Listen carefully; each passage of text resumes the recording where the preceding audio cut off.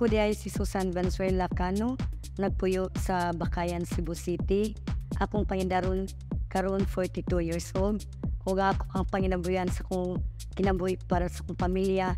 Mao na maligya di ay ko og mga sudan, mga sandal o ukay-ukay. So ang ako ang training nga napilan is mao ang bed and pastry, bookkeeping and financial management.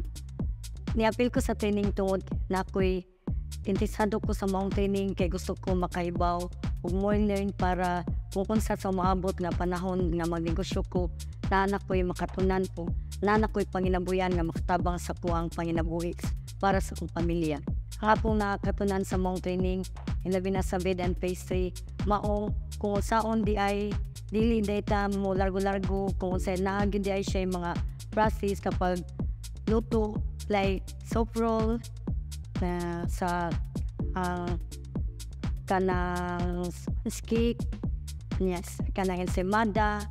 Akong gigamit kung unsa man ang gi-training sa mua, ako yung gipakita nga mamahimo makatabang sa kong kinabuhi kay tungod nga dili masayang ilang oportunidad nga ilang gihatag kanamo nga like nakadawat kami og oven o sa mga kit nga proper gid ay ang pagpagamit sa maong kit ug proper ang pagbuhat ko nga hapsay ug limpyo ang maong pagluto nga panahon sa maabot nga sugod na sa pagpangnegosyo. So ako lang i-commensay sa uban nga parehas na ko nga sila dili lang ta nga magagad nga ang government or like sa Cebu Chamber nga mao'y mukuha nato, kinahanglan maningkamot ka. Labi na sa akong nakita karon nga akong natrainingan, naku gid kay siya gikatabang, naku kay siya chance ampo sa tong kinabuhi kay dili na ta mahimo nga magtanga na lang kay tungod anaan na tay kapasigaran nga makahimo na ta sa pagbuhat og pan, magkahimo na ta sa pagbuhat sa og cake para aduna na kitay panginabuhian nga para ma-apply sad nato sa tong pamilya ug ma-apply nga to sa uban. Kinahanglan ta maningkamot ug monihok para aduna gyud tay makabot nga ugma para sa tong pamilya.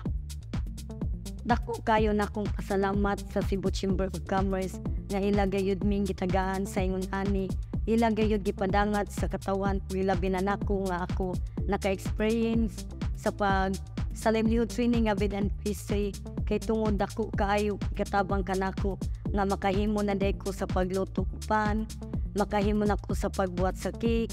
Kay akong na-experience akong ginabuhi sa akong pag-training nga dako jud impact ug dako kayong ikatabang ug dako kayong nalit nga akong nakatungan nakahatag gid sila ug dakong tabang para sa kuwang panginabuhian para sa akong pamilya.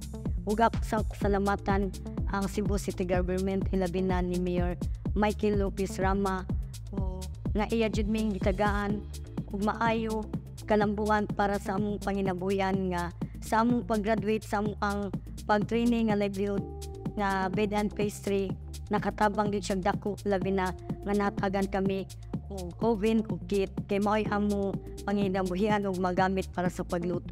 Ug salamat kaayo ni Attorney Colin Rosel, Attorney Jeron Castillo ug Mr. Robert Barquilla sa ilang pagtabang para mamahimo kini ang maong proyekto sa siyudad sa Cebu para kanamo ug para sa katawan. Daghang salamat Mayor Michael Lopez Rama. Ug sa Cebu Chamber of Commerce ni Ma'am LP Cano ug ni Ma'am Jolie.